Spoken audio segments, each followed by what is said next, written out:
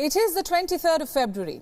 Last year on this very date, we asked you a question: will a war break out in Ukraine? We all know how that went. So on the 23rd of February this year, we have another question for all of you. Will the war in Ukraine take a nuclear turn? More simply, will nuclear weapons be used, making this the first nuclear war in history with consequences that could lead to a dreaded Armageddon? Let's hope the answer to this question is a no.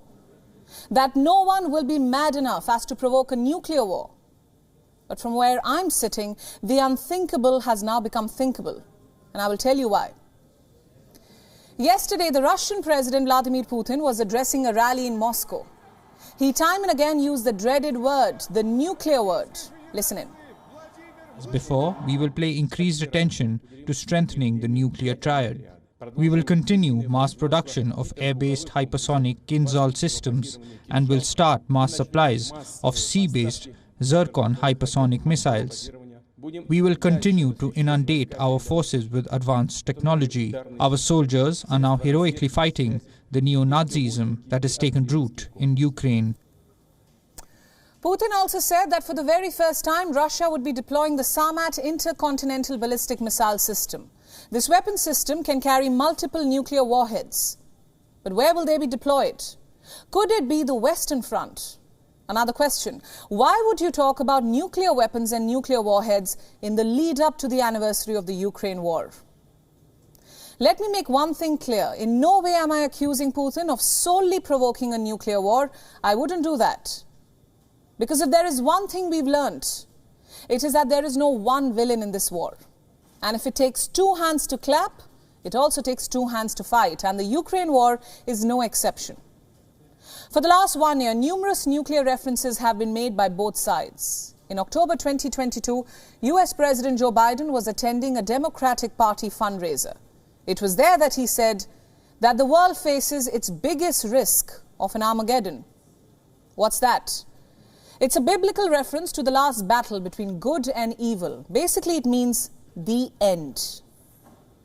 Biden's remarks followed a no-holds-barred statement by Vladimir Putin. This one: when the territorial integrity of our country is threatened, to protect Russia and our people, we will certainly use all the means at our disposal. This is not a bluff. Biden agreed about the bluffing bit. He said that he knows Putin fairly well and that the Russian president was quote-unquote not joking when he talks about the potential use of tactical nuclear weapons. Tell me one thing. Why can't leaders leave out nukes from their generous warmongering? Why are nukes becoming the new normal?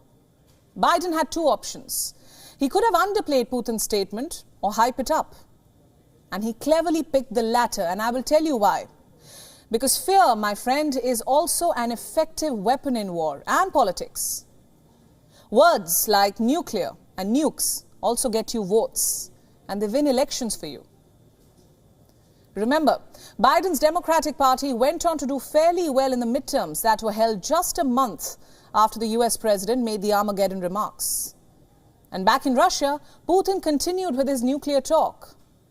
In fact, earlier this week, Putin suspended the new START deal, START being the Strategic Arms Reduction Treaty. It is a nuclear arms treaty which Russia has with the United States. We told you all about it a couple of days ago on the show. Again, Biden could have chosen to not address this, but as expected, he did, calling Putin's move, quote-unquote, a big mistake.